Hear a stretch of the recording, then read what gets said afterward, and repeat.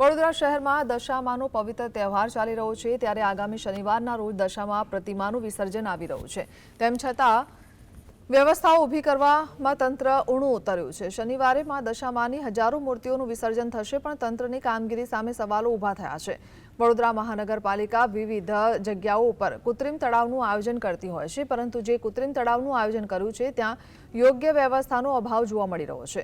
વડોદરા મહાનગરપાલિકા દ્વારા જે કૃત્રિમ તળાવ પર વ્યવસ્થાઓ પર અનેક સવાલો થાય છે ત્યારે વોર્ડ નંબર 10 કોંગ્રેસના વોર્ડ પ્રમુખ હાર્દિક આમોદિયાએ મહાનગરપાલિકા પર અનેક સવાલ ઊભા કર્યા છે। હવે જોવાનું એ રહ્યું કે વડોદરા મહાનગરપાલિકાના સત્તાધીશો ક્યારે જાગે છે।